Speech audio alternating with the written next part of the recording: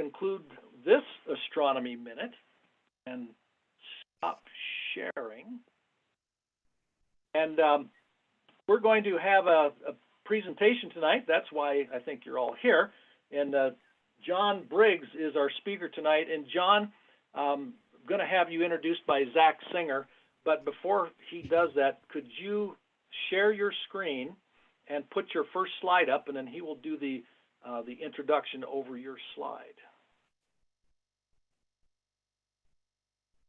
Cool.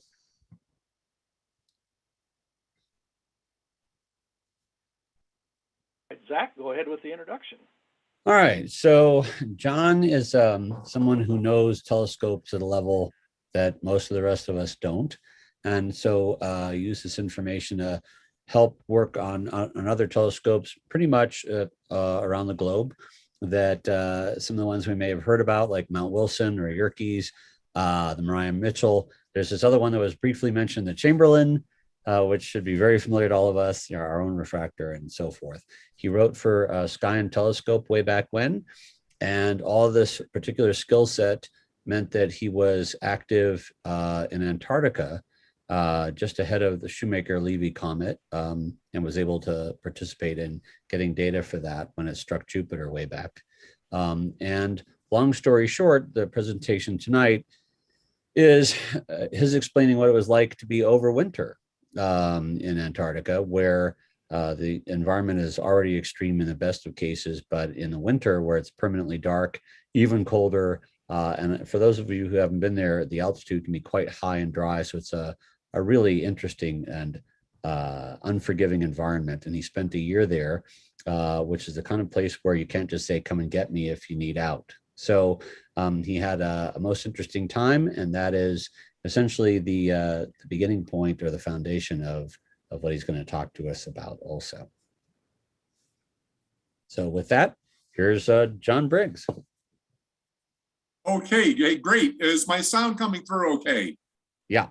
Excellent, excellent. Well, it is a great pleasure to be speaking for DAS. I'm a former member, but I've had to move around a lot, and I haven't been able to maintain all my memberships, even to beloved organizations in the past. But in the 1980s, yes, Edgar Everhart, the former director of Chamberlain, late director, was a mentor and dear friend.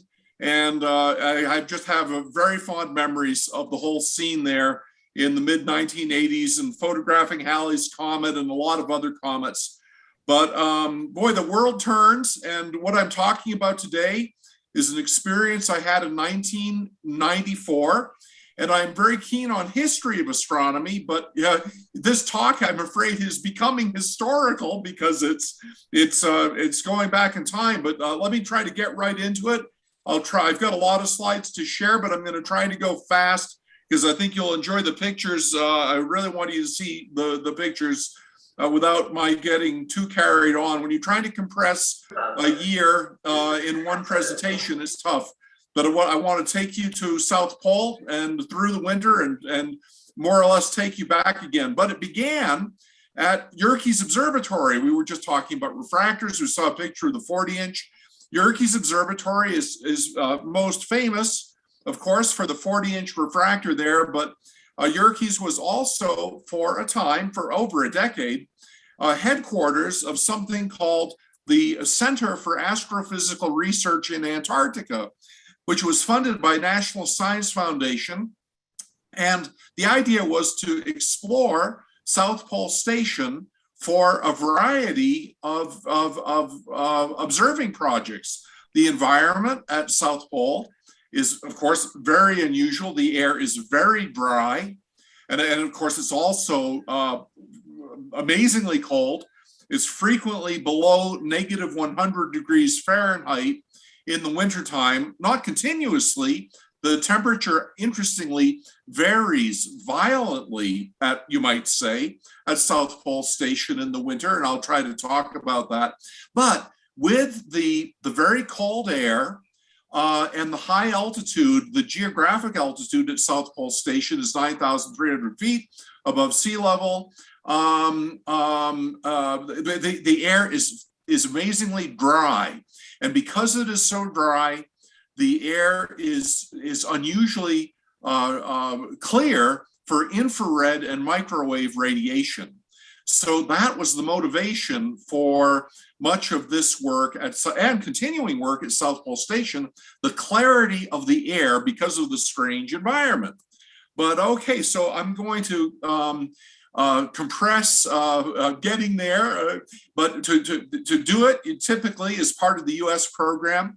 You travel to New Zealand, a wonderful place, and in Christchurch, New Zealand, there's a facility called the International Antarctic Center, and they have all your physical dimensions ahead of time for the clothing and all that. Altogether, I visited a pole station 3 times, 2 summer visits leading to a year-long winter visit in 1994. But each time going through Christchurch and getting outfitted with the appropriate clothing and all that. And then you get on a more military style aircraft and with only a few windows. And here's a scientist, I don't remember who he was, but in one of these LC-130 turboprop aircraft that fly from New Zealand to McMurdo Base on the coastline of Antarctica. That's a 7.5 hour flight.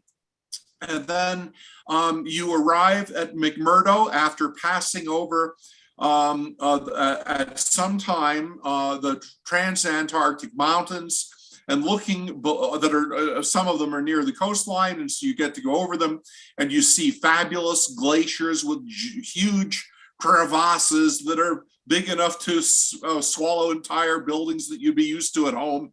And so it's a very spectacular place to travel to, of course, especially for somebody like me who is not experienced looking down upon glaciers. And of course, a lot of people go to Antarctica just to study the glaciers, but that wasn't my scene.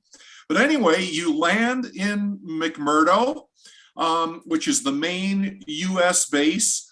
And that's me in younger and skinnier days, back in glory days, and no beard. But notice the airplane, it has these giant skis that can lower below the wheels for landing on ice runways and compressed snow runways. So that is what the LC-130 designation specifies, the comparatively rare transport planes that happen to be equipped with these skis. Now, of course, when I got this slide, I was so proud of myself because didn't I look cool? Okay, right? And so I immediately, as I got it back, you know, when I was home, and I passed it to my friend, you know, to try and impress my engineer friend, my fellow engineer. And he looked at it and he just turned to me, he said, Briggs, you know, Briggs, at least you could have got your shirt buttoned straight. Well, anyway, I survived. Let's keep going. So you may end up spending a week in McMurdo because it's another long, it took you 7.5 hours to get from Christchurch, New Zealand to McMurdo. It takes about 3.5 hours on an LC-130 to get from McMurdo to South Pole Station. All these flights can take a long time because the weather conditions are difficult. Sometimes you get halfway to McMurdo and you've got to turn around, go back to New Zealand. Then it took, actually, in the year that I wintered over, it took 3 tries to get into McMurdo on my trip in. I heard about a group that took something like 12 tries one year in the next scheduled flight because the weather can be so difficult. But anyway, moving on. When you get in above the high Antarctic plateau, you look down and it's flat. The Transantarctic Mountains are behind you. It looks like frozen Kansas, man, flatter than the ocean. It's all white. And suddenly, eventually, a tiny dot appears. You can go up forward with the pilots and you can be looking out the windows for a little bit without annoying them. And it's South Pole Station appearing in the middle of nowhere. And the aircraft comes in, and here it is landing at the so-called ceremonial South Pole. typical of the many, many landings. I believe back in '94, there were something like 140 LC-140 flights every short summer season, something like that. And it's been so long, I'm afraid I forget some of the numbers. But anyway, that's what it's like coming in, and you tumble out of the aircraft, at least back in those days. See, now the South Pole Station has been entirely replaced. So this geodesic dome behind me and the entryway down there, this is all gone now. This is all historical. The new base is designed and engineered quite differently, but let me tell you about it the way it was for me anyway. There's a sign down there beckoning you to walk in, and it's about -40 degrees typically when you arrive in early January for a winter over. The sign says, "The United States of America welcomes you to Amundsen Scott South Pole Station." And you're all outfitted there in nice extreme cold weather, but you look down at that aperture and you sort of gulp because you think, oh my gosh, what am I getting into? This is going to be my home for the coming year. So what's it like? What was it like inside the geodesic dome? The geodesic dome was about 160 feet diameter at its base, and it was merely a wind and blowing snow shield. These red-orange buildings inside it, they were the heated buildings. And this, of course, this is a Nikon 9mm fisheye. That is a 180-degree field of view there. And you notice the apertures on the geodesic dome were actually perfectly overhead, but it's the distortion in the lens that makes them appear off to the side like that. The big aperture was at our zenith.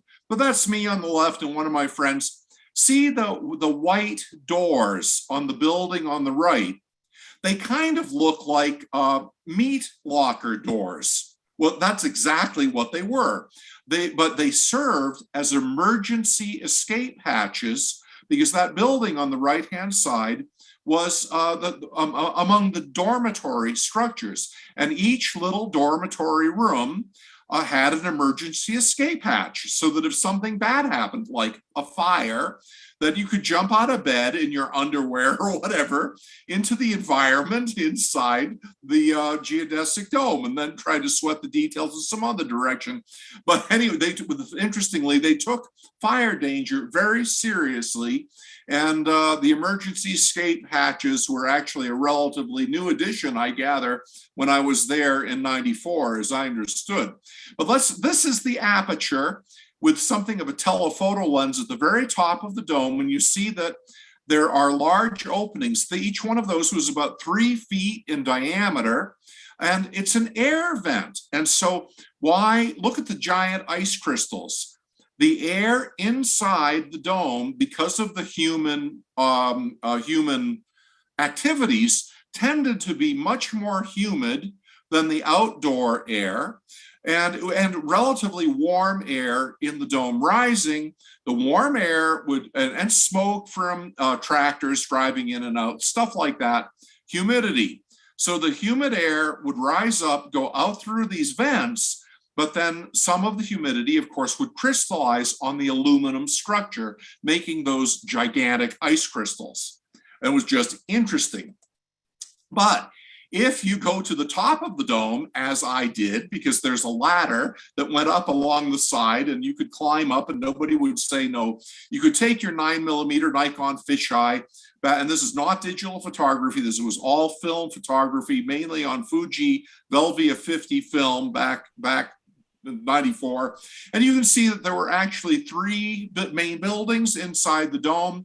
One of them on the lower right has many of those white access doors, because that was mainly a dormitory room. The second story was one of my rooms. There were laboratory facilities, meteorological lab space, communication space, administrative space, a dining hall, some recreational facilities, 2 different rooms, separated different rooms for watching videos. So if some people wanted to watch one kind of program, but somebody else could watch something else. Oh, and then of course, yeah, there are two of my friends. They're lying on the snow, spread eagle, to dramatize exactly how I'd look if I slipped through the hole. And it was surprisingly creepy on my belly, looking down through that hole on top of the big frozen dome at South Pole Station. But anyway, I better go on. This is what it was like inside one of those buildings, the galley. The US Navy Seabee engineers built most of this facility, so many of the nautical terms like galley continued to be used. This picture is a little out of sequence because you might notice some of the people have pretty long hair and maybe even a little greasy hair, because this picture was taken actually well into our winter over period.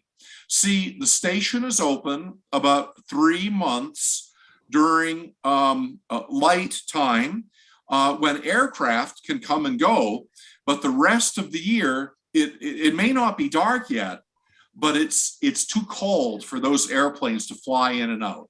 So it's something like typically 12 minus 3 months, 9 months, when you were there alone with a relative skeleton crew. Back in '94, the size of our crew was about 27 people. And so this picture here happened to have been recorded during our winter over. So these are the folks who became my intimate friends actually during the winter over.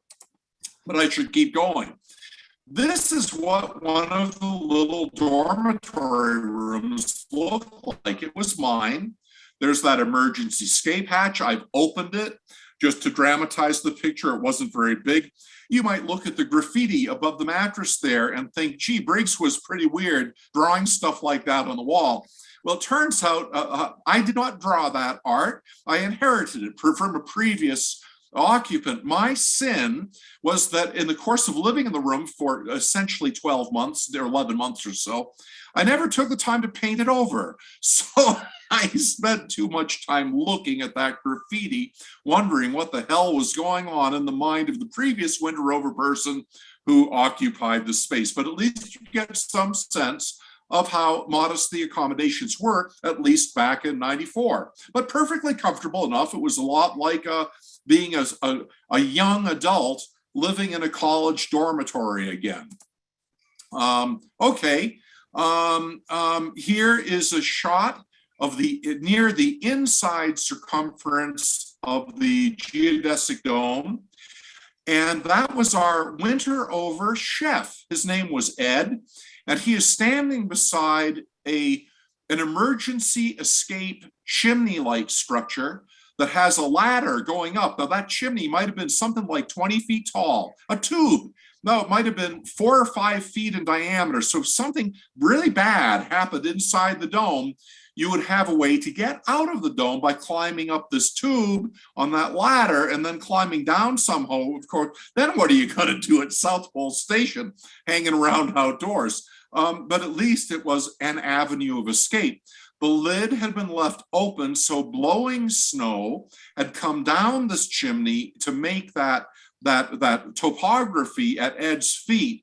The other thing, of course, you'll notice all those boxes. There were boxes and boxes like this piled all the way around the circumference of this 160 foot diameter geodesic dome. What was it? It was food, profoundly frozen leftover food, mainly from previous winter overs. They ship a lot of really good food down there. And the winter over chef, like Ed, tends to be a highly qualified person. He joked around a little bit with us when we were first getting to know him. He said, well, you know, as we were all getting acquainted, he said, well, I used to work for the CIA. I studied with the CIA. And we looked at him quizzically. And then finally, with a laugh, he explained, well, he studied at the Culinary Institute of America, which is a fancy chef school in New York City, where you go if you want to become a chef at the Ritz-Carlton or some joint like that. But anyway, they send good food and good cooks because they don't want people to become, well, let's say, demoralized over the food during a winter over. There are many interesting sort of psychological issues, getting cabin fever, stuck in a winter over at South Pole Station. The good food tends to get eaten fast.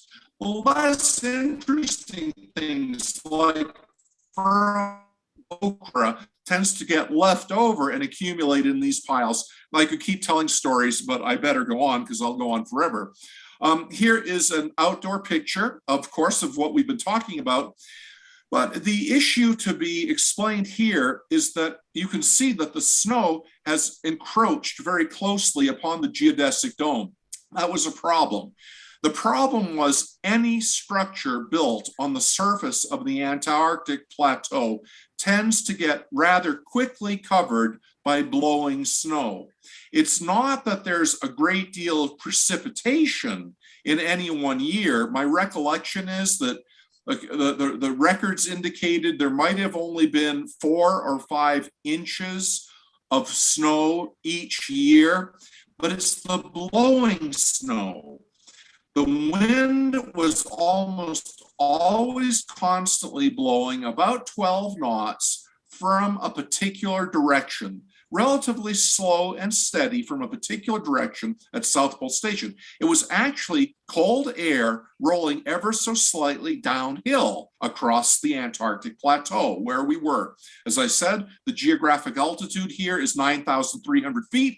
But some distance away, maybe, hundreds of miles, it was more like 12,000 feet. The air was colder there. It rolled downhill. At least that's the way it was explained to me. Anyway, the systematic blowing of snow from one direction would tend to cover things. So the dome here has recently been excavated, so there wouldn't be too much pressure upon it. They had diesel tractors and things to do digging like this. So the design of the newer facilities at South Pole Station has laboratory buildings generally up on stilts so that blowing snow can simply pass underneath them without creating a chronic problem of tending to bury the buildings. So I'll go on. Some structures were nevertheless buried, like this giant Jamesway-like thing, this long linear thing. So what's being housed inside here? These are gigantic fuel bladders. Now let's see if you can see my mouse. I'm circling in the frame here. A person has reclined with his arms spread to the right and the left and his head towards us. He's reclined on top of this giant square thing, it's like a gigantic waterbed, but it sure as heck wasn't full of water. It was full of downloaded aviation diesel fuel. There's another person way down here that's walking away from us along this sort of sideway walkway. I'm pointing out these people to give you a sense of the scale in this big enclosure. There was more than one of these enclosures at South Pole Station. These were fuel bladders. So I mentioned the 140 or so summertime flights. They would fly in from McMurdo. They would come in with a surplus of fuel, those big LC-130s. They would they would carefully judge how much fuel they could download to reinflate the fuel bladders at South Pole. Then when it got too cold for the airplanes to fly anymore, then we would draw this diesel fuel out of these gigantic bladders. Look, 1, 2, 3, 4, 5, 6, many of them. Is there a question or is that me making feedback? Sounds like me making feedback, but do interrupt me.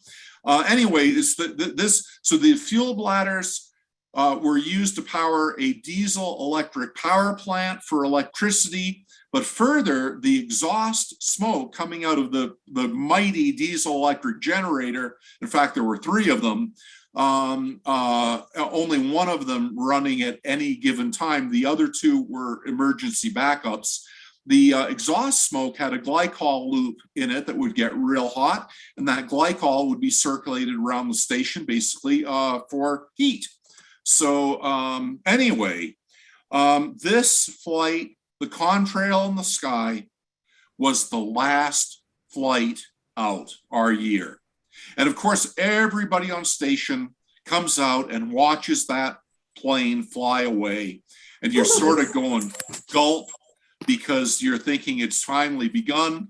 What's it going to be like? Am I going to handle this with everybody else? So everybody is fairly wearing a rather grave expression, a serious expression, contemplating the year before us as that last plane leaves. But then what did we do? We declared a party day, and we went inside the station.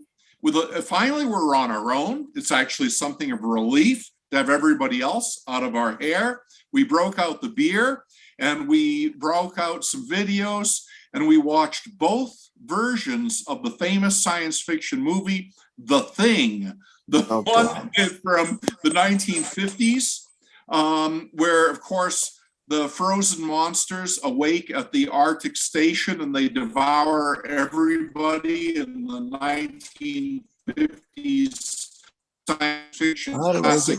And then when we were done with that, we watched the 1970s version by John Carpenter, which has got to be rated X for violence. Absolutely marvelous way to start winter over at South Pole Station. Anyway, I better keep going. Yes. I'm going to there are some people talking in the background. You might want to mute yourselves if, unless you want to inject a question, which of course I strongly welcome at any time. I'm going to show you a picture of a few people doing their jobs. This gal was named Anne, and she was one of the two ladies wintering that year as winter over meteorologists. The interesting instrument she's standing beside is actually like a sundial, but it uses a glass sphere to focus the sun on an interchangeable heat-sensitive piece of paper.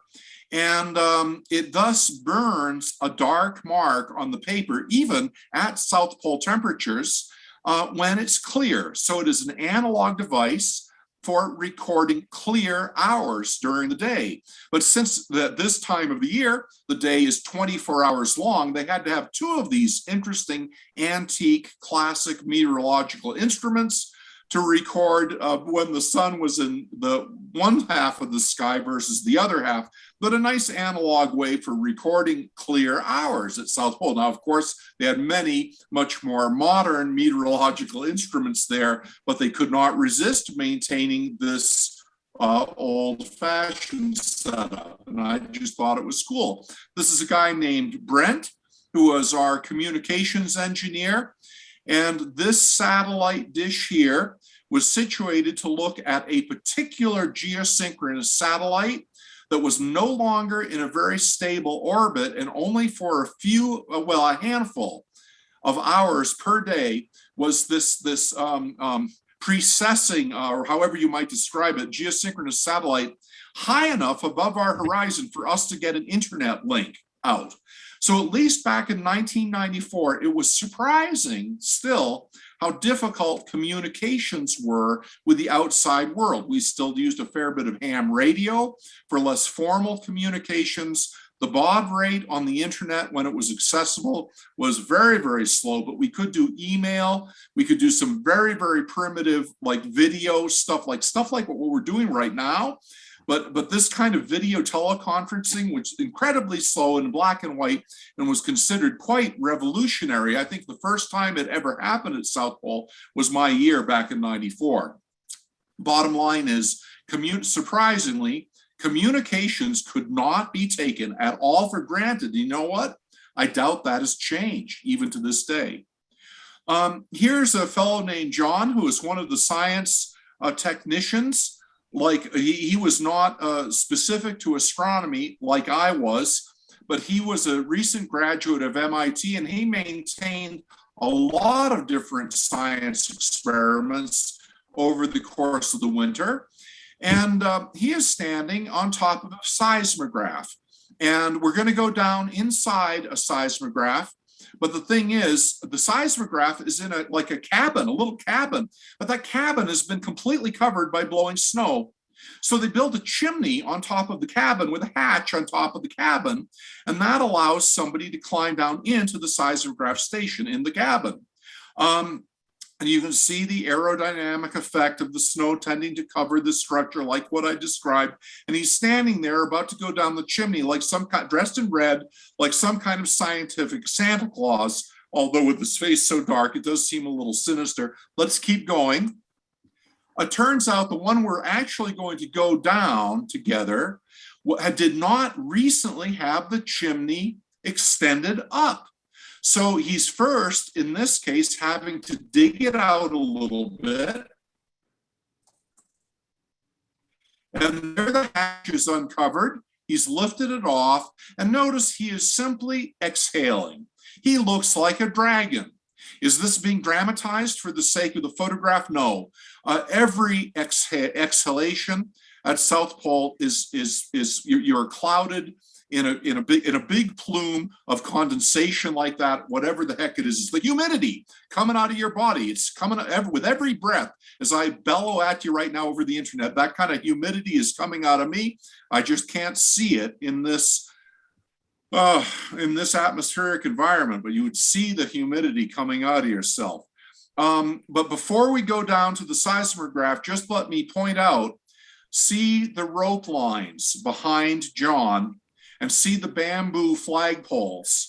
One of the first tasks after the last airplane leaves is the station staff would put out all these emergency rope lines to all the scientific experiments that are radiating out all around the center of the base. The idea is you might go down into something like a seismograph, spend a few hours down there, and it was in principle possible for a complete whiteout to suddenly arise. And you'd come back out and you would be blinded. But at least if you had to, you could find that rope line and find your way back home to the center of the base. Did I actually believe that those rope lines were really necessary? In my experience, they didn't seem that necessary because you could hear the diesel electric generator and things of that nature. But still, of course, it was psychologically comforting to know that those rope lines existed all around us. Anyway, let's go down and see the seismograph.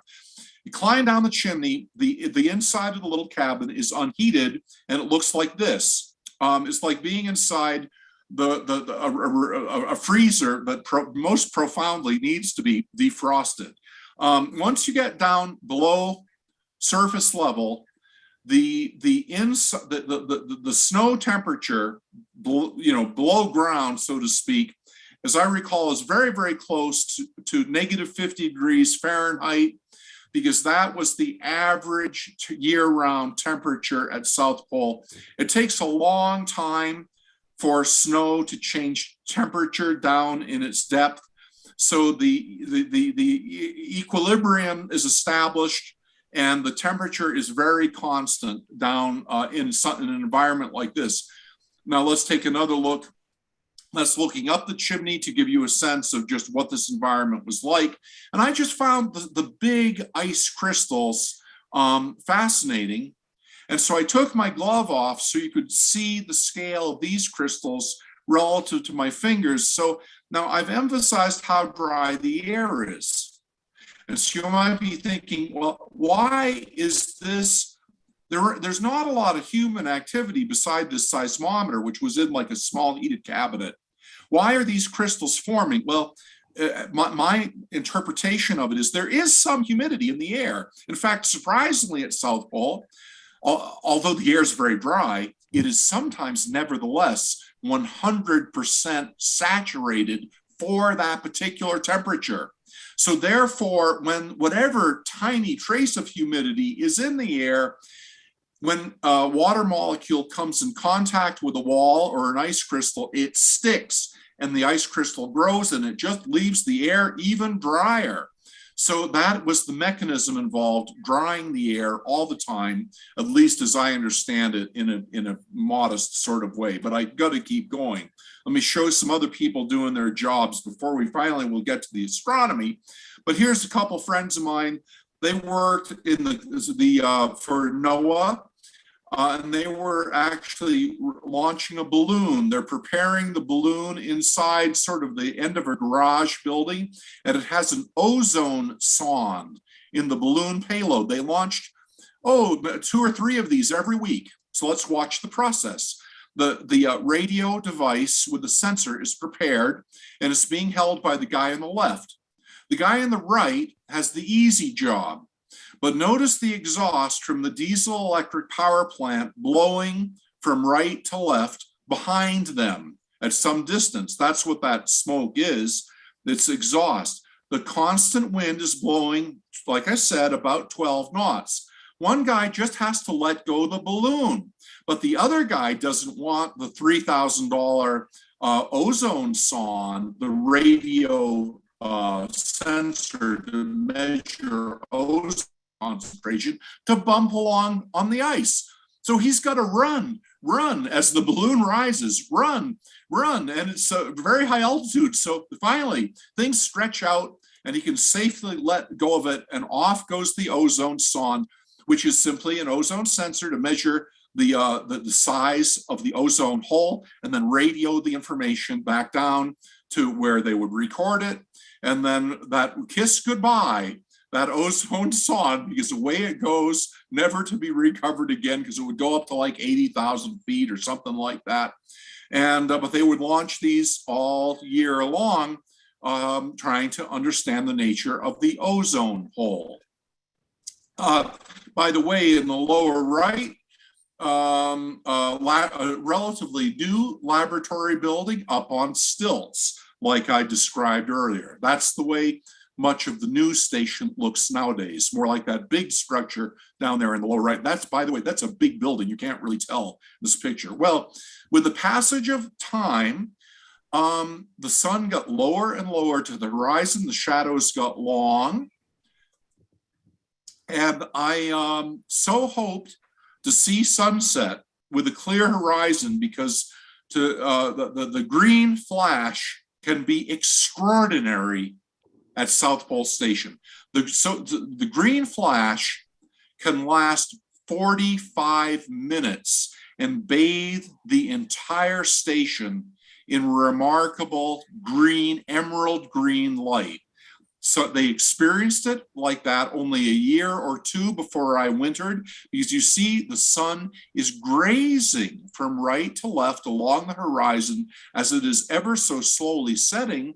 The celestial equator corresponds to our apparent horizon. So as the sun is shifting from the southern hemisphere in the sky to the northern hemisphere slowly, that is the sunset motion.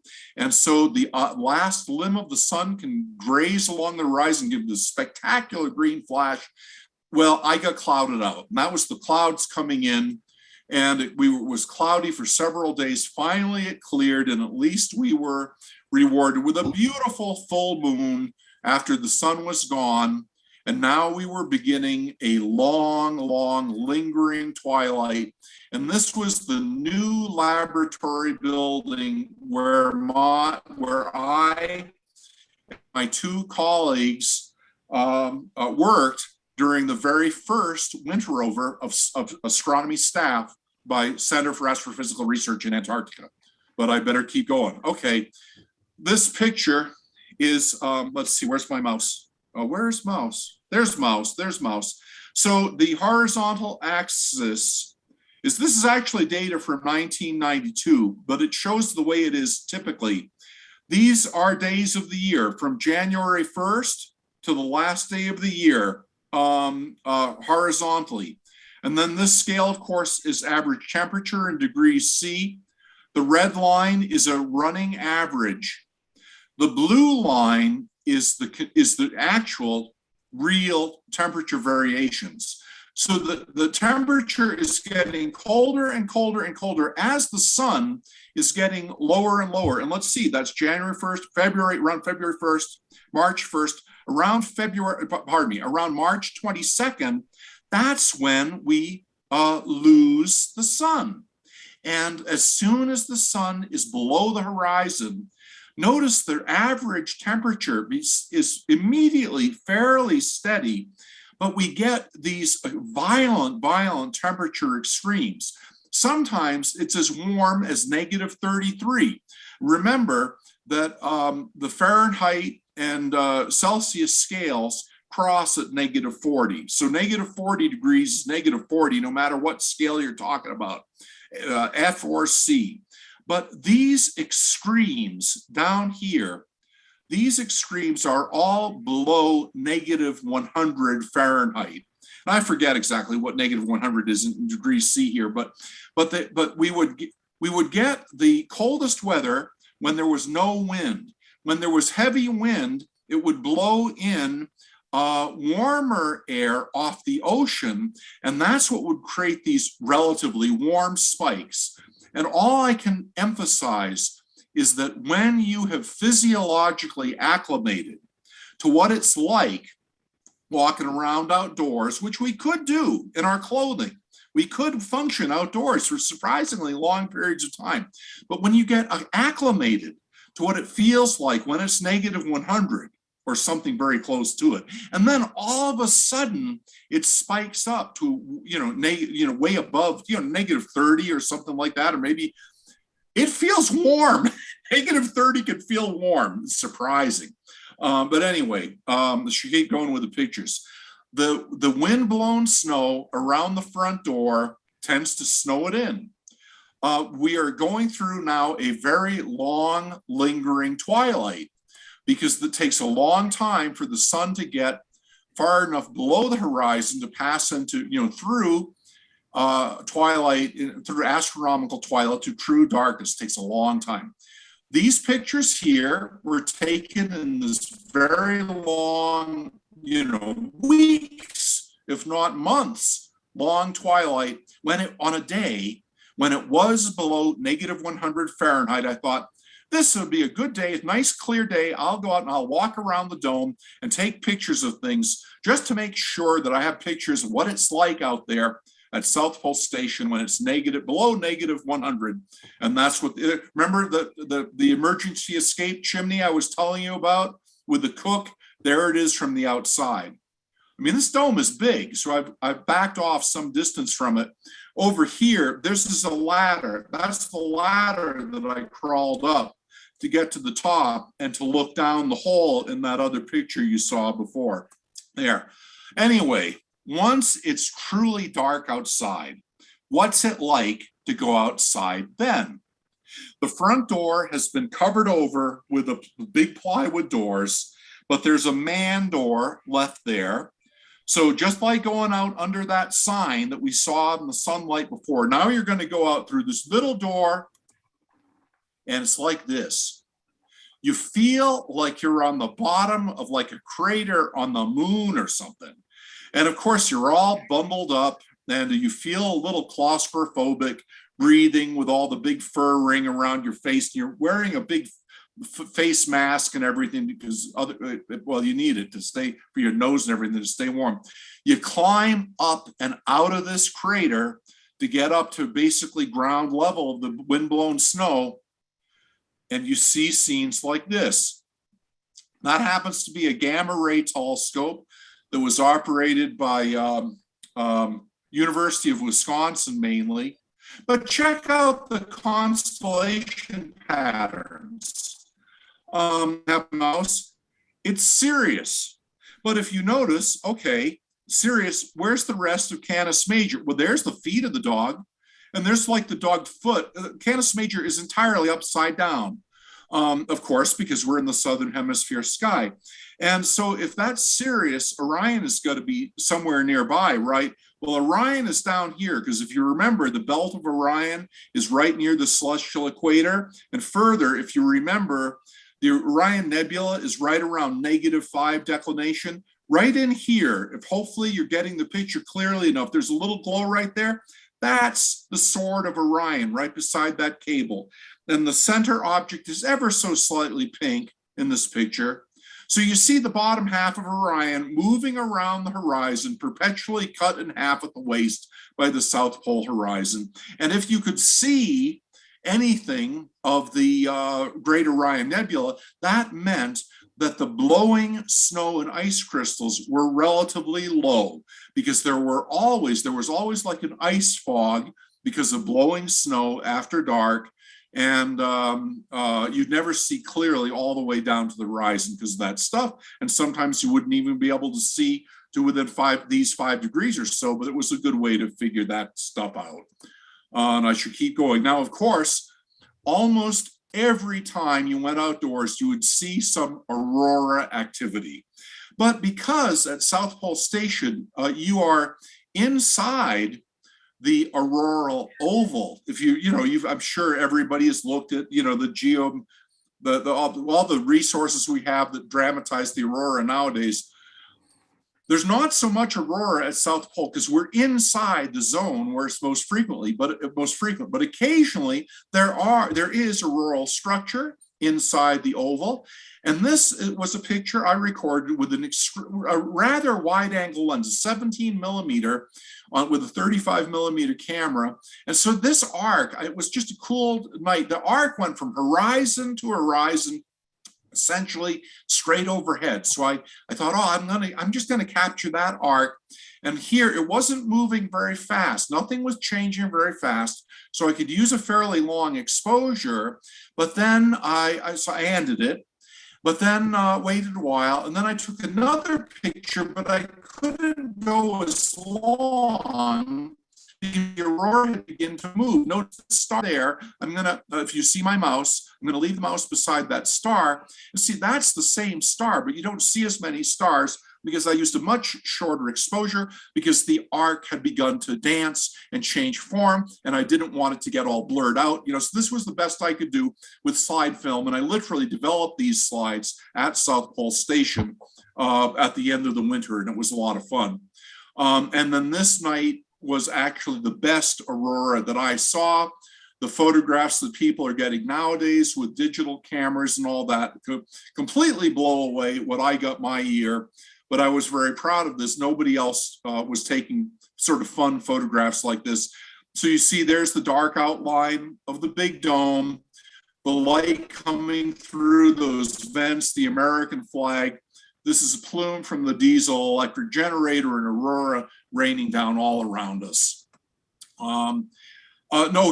This was a meteorological tower. That's a Celestron 8 that was there really for recreational purposes. And of course, that's the center of the Milky Way. And it's a Scorpius, the stingers, the tail, Antares, and the claws. And here's the teapot of Sagittarius and the steam coming off. And of course, it's all upside down, but so it goes to South Pole. My favorite self-portrait of the year is me climbing this meteorological tower. It was my job. We had a microthermal sensors on the top of the tower that I had to maintain to measure seeing conditions, atmospheric turbulence. And so I had only been outdoors probably 4 minutes before I took this picture, but only in a few minutes climbing up that tower, the humidity coming out of me would be a cloud all around my face. I'm holding my breath as I take this selfie, but the humidity has frozen out on my eyebrow, my eyelashes. You get used to all this kind of stuff. It's slightly uncomfortable, but it's not really hurting you. On the other hand, if you took this mask off, would typically within about 100 seconds, you'd begin to feel frostbite on the more delicate parts of your ears. A mask like that was very necessary, and you would not walk around unzipped and with your hood down. Normally, all this was exposed for the sake of this, dramatizing this photograph to amuse you. These are the microthermal sensors up at the top. For a while, I had the C8 up there to make seeing measurements. And basically, the seeing was terrible because there was a low, close to the snow level of strong temperature change. And I've got to keep going with the slide. Here's the Celestron 8 set down at ground level. And I mentioned how, although however dry the air was, there would be events of 100% humidity. And during those events, your optics would get frosted. So we had to learn to clean optics using acetone. Acetone would not freeze. And so you'd get a big wad of chem wipes, soak them in acetone at South Pole temperatures, and use that to wash the frost off the corrector plate. It worked surprisingly well. Let's take a look at some of the activity inside our laboratory building up on stilts. We had built at University of Chicago a 24-inch reflector called Spirex for South Pole Infrared Explorer. This guy, Joe, was working, he was not actually part of our team officially. He ran the gamma ray telescope for University of Wisconsin. But we had the honor of seeing David Levy in our audience. I hope he's still here. Of course, the co-discoverer of Comet Shoemaker-Levy 9. And it was, of course, a big deal in '94. This is the year, this is the summer, when David's comet came crashing into Jupiter. Well, this telescope that we had built was newly set up to study basically the sky brightness in the near infrared, down around 2.3 microns. That's where we anticipated really clear views. So anyway, it's in a fold-away tent-like structure. And my friend there, Joe, helped us with the very intense observations of David's comet. Here's the tent folded down. It looks like some kind of daytime shot on a cloudy day, but no, this is nighttime. There's moonlight and there's aurora. That's aurora we're looking at in the background. The picture is a little fuzzy because the camera tripod was vibrating and blowing wind and stuff. Getting any pictures at all out of South Pole Station in conditions like this is surprisingly challenging, but I've got to go on. So what was it like? We had, of course, the seeing was poor, even in near infrared. This happens to be a photography after object G had hit the disk of Jupiter, and there was some fading heat from fragment G. The moons of Jupiter are shining very brightly in the near infrared, again, around 2.3 microns. But right on schedule, we had these predictions from Jet Propulsion Laboratory. We were taking these pictures as quickly as we could.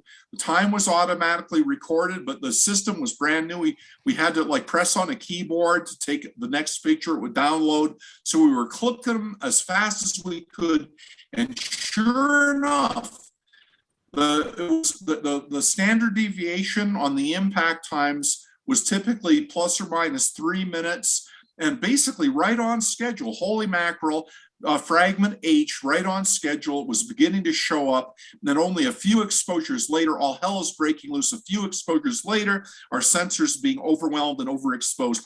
And then over the course of many, many minutes or even hours, the heat from the impact of H would fade into the background of other fragments. So it was a very exciting time, lasting over a week or so. It was not our official scientific mission, but of course it sure made it extra fun to be there.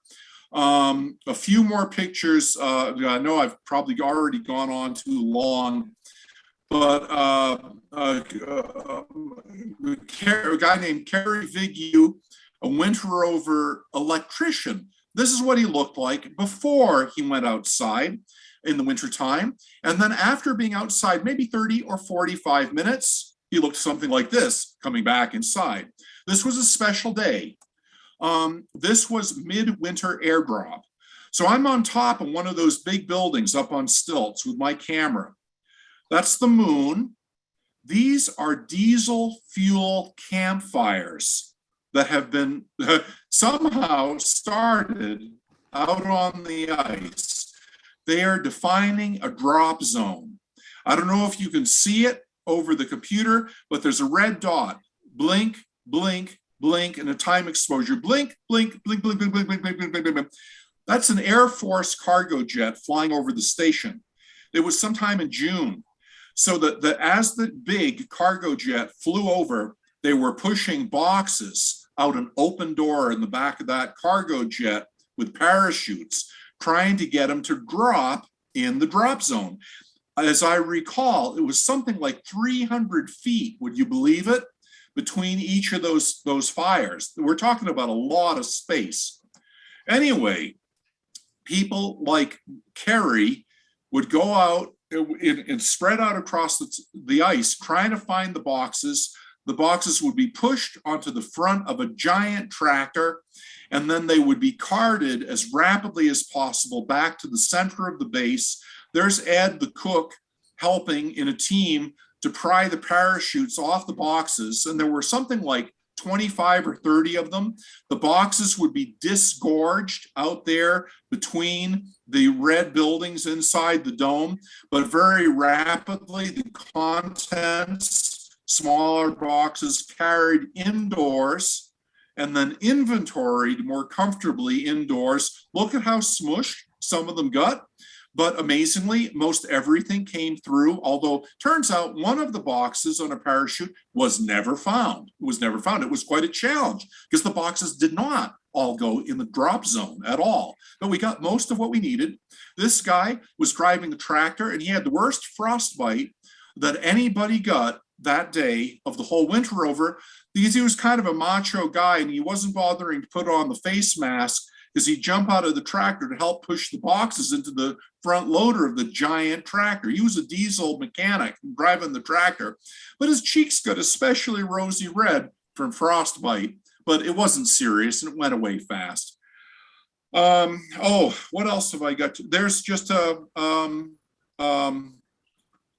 wind vibrated shot of the Milky Way again with Scorpius, of course, similar to, and this is a berm, things in storage out beyond the base. I've got to keep going.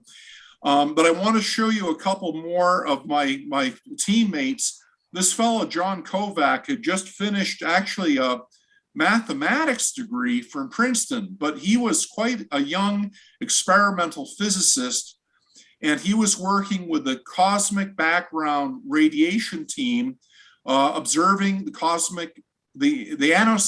anisotropy of the cosmic background radiation with a microwave radio telescope.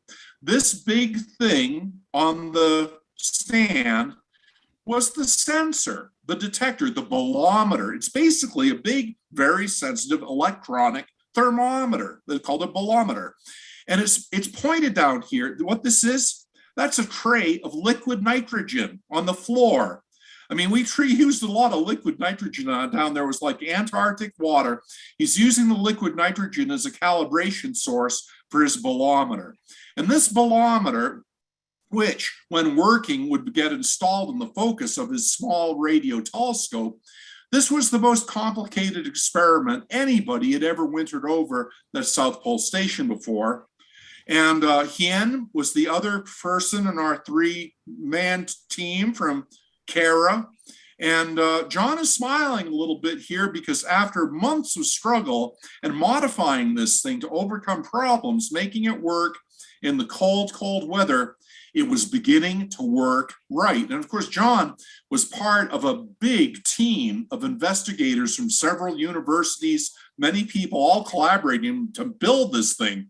But he and Hien were more or less single-handedly responsible for making it work during the winter over. Well, it was working, finally. So they carried it outside, and this thing was the enclosure for the radio telescope. And I am climbed up inside this thing. It looks like I'm inside a great big radio telescope dish. It was not a dish, it was a sky shield. The inside of the plywood structure had aluminum, but that was to reflect microwaves from the Earth away from this thing in the middle. This thing was the radio telescope, and that's John down there. And here's a close-up of him. This apparatus was the radio telescope. It's hard to recognize what it was, but he's getting it ready there for the installation of the bolometer. And it was a heroic thing. He spent many, many hours all winter long outdoors trying to make this thing work. And finally it was. But the sun was returning now. We were getting close to the end of the winter. I'm just going to quickly go through the pictures as the twilight, a long lingering twilight. That's the moon and Venus. And there came a time when the moon and Venus lined up like that, and there I was at South Pole Station, and really felt like some kind of Stanley Kubrick moment, you know? And then I've compressed a vast amount of time into those slides because it's a long lingering twilight. Very unfortunately, it was cloudy again, no green flash at sunrise for me. Probably one of the rarest atmospheric natural phenomena for a human being to observe. Green flash at South Pole Station. I missed out on it. But what long shadows. There were a few maintenance activities, like basically firing off like a starting gun, an explosive charge to break loose frost from inside the geodesic dome. Oh, wow. People getting haircuts. And you see the giant boots we all wore? You got so acclimated to those ridiculous low temperature boots, you'd wear them like slippers around the place. This looks like a comic. The gal cutting the hair, she's wearing them too. There was nothing stage about this trying to be funny. You just got used to wearing them all the time. Bumper Porter took the prize for the most impressive winter over pants. Finally, the first plane returned. Oh, yes. Everybody, there's somebody else there. You should mute yourself because there's some other noise. The first plane returns. Everybody is outside, of course, to watch that plane. And this is Janet Phillips. She was our station manager, and she is offering a choreography of hand signals. She has the honor of parking that first plane. By the way, see this American flag over here and one white sign? That was the real geographic South Pole. The other one with many other flags was the ceremonial pole, but it's only an American flag at the real geodetically measured pole several hundred feet away. Because we're paying to be there, so we get to show off.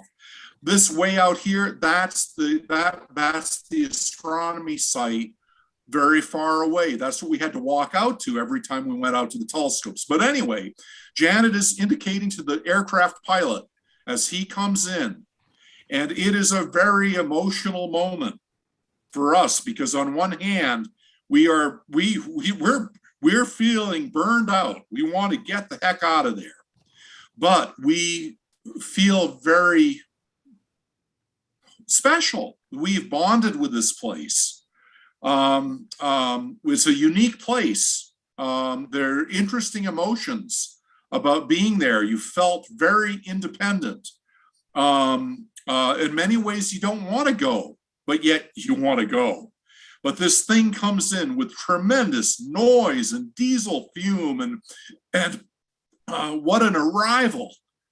But with that signal, she is indicating the end of our winter over because the guy is parked perfectly. He can feather his propellers, and the next crew comes tumbling out and meets up with us, and it's hugs and kisses all around. Then the cycle of activity at South Pole Station begins again. Thank you very much for your attention during this long story. And I've spoken to DAS a good number of times over the years. It's nice to have been back with you again. Thanks a lot. Thank you, John. Great presentation, and really appreciate you sharing the photos and the stories that went along with it. That sounds like it was quite the experience. Anybody have any questions? It was great. It was great. By all means, any questions folks have got, I'm happy to take them. Jack here. Are you a member of the 300 Club? Oh, actually, technically, no, I am not. But I witnessed a fair number of other people initiating it. And so what that is there was back in that era, and I'm sure there still is now, even the new facility, there's a very nice sauna. So if you get bummed out by the cold, you could go in this sauna, small sauna, and warm up. And you know, I can't remember exactly what temperature they kept it at, like plus 200 degrees or something, dry heat. But of course, when it's Fahrenheit, but when it's negative 100 outdoors, so this is how you join the club. You strip naked, except for your boots, those ridiculous big boots.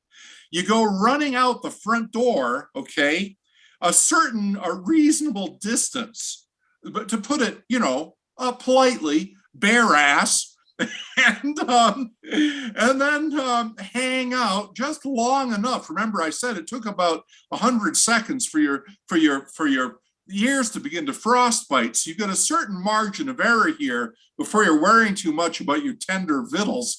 But then you go running back in again, and by the time you get inside the door, even though you're running past all your friends, bare ass, you're quite determined, as I understand, to get right up to that sauna.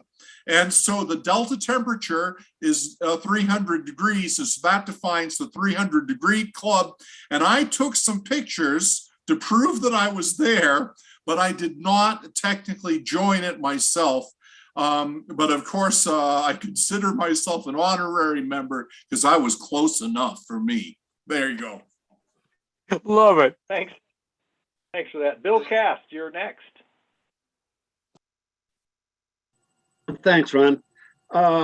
John, you mentioned early in the presentation that you were, this is pre-digital camera days, and you were shooting Fuji film. And film photography is essentially a chemical process which proceeds slower at lower temperatures. Did you have to make any kind of accommodation in exposures, or did you have any pictures that just flat didn't come out because it was too cold?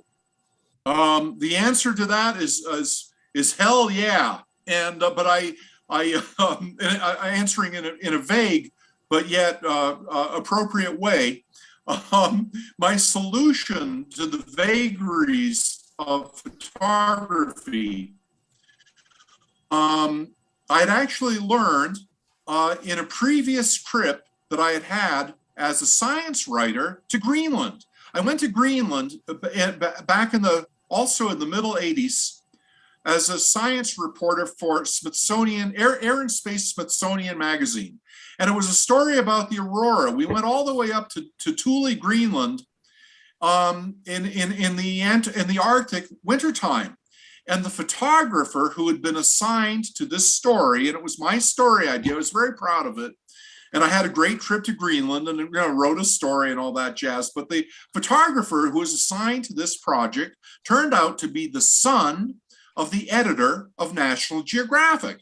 And he was just another young guy like I was, but he was an experienced photographer. But I got to observe very carefully his approach to photography in Greenland. And we were only down to like -40, -50 degrees, which of course was only medium cold by South Pole temperatures. But what I observed is a professional photographer like him, part of his solution to his problems was to bring a tremendous quantity of film and to, in a very uninhibited way, blow through it and bracket like heck. And so consequently, I followed that example. So I shot 3,000 exposures at South Pole Station over that year. I spent about $700 or $750 on film. And so I had so much film that I could shoot it completely uninhibited. And there were some times that I would blow an entire roll bracketing, just using my best guess, hoping that one of the exposures would come out appropriately. And by doing that in an uninhibited way, indeed, I got the shots that I could. but you had to do it that way. And I'm not so sure that it was the chemistry of the film that was the challenge. The challenge was any electronic device like a light meter or a flash being used outdoors. Anything electronic in your camera, the electronics and the power source would freeze so fast you couldn't depend on your metering system.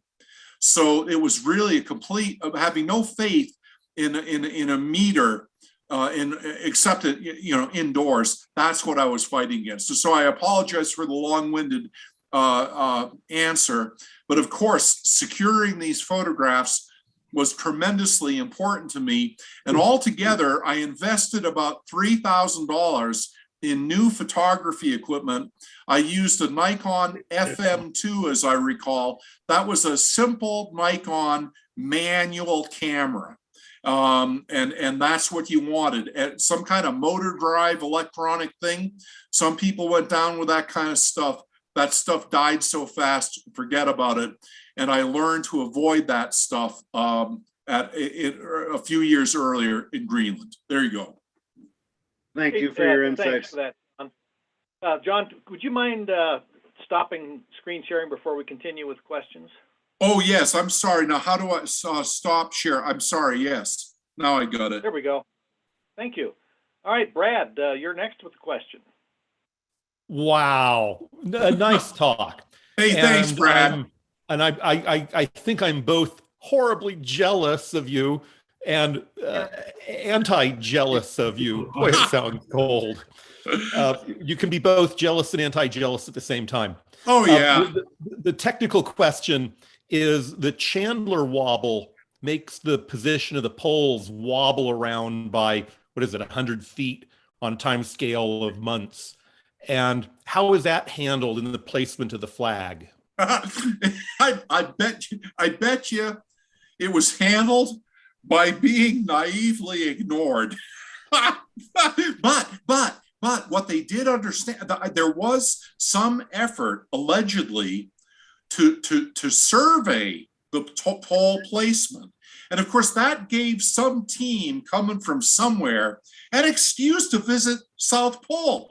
And who's going to rain on their parade, okay? Even if they're not really taking into account Chandler wobble. What was recognized and was well established by these measurements, and I'm glad you asked this, Brad, was that the ice there at South Pole Station was moving. It's a big, like I said, the altitude was 9,300 feet. Almost all of that altitude was ice because the crust of the earth had been pushed down. The geologists claimed to tell us from the weight of the damn ice, but the ice was in motion because we're basically on top of a glacier. So now, unfortunately, I can no longer remember the number. Was it recognized that the ice at South Pole was moving 20 feet a year or 20 meters a year? I have difficulty remembering now.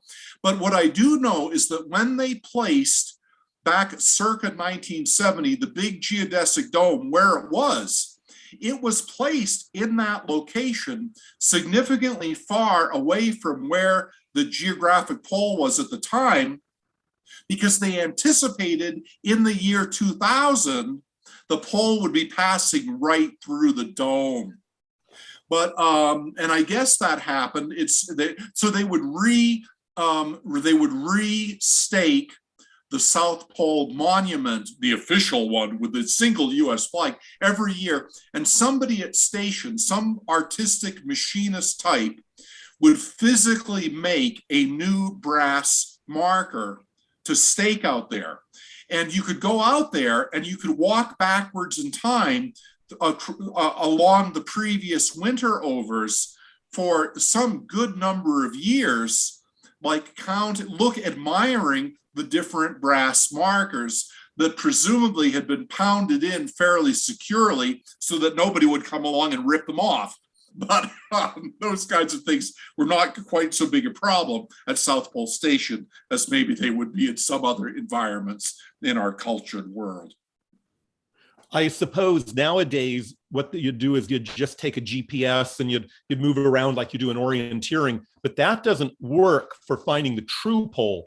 that will only work for finding some fiducial pole in some Yeah, coordinate who system knows? for some Yeah. year. Some programmer made some program, but there's an important thing I forgot to mention, and because it's hard for me to get through all these slides, you folks got to forgive me, but here's a very, very important and interesting physiological point that's foolish of me to have forgotten.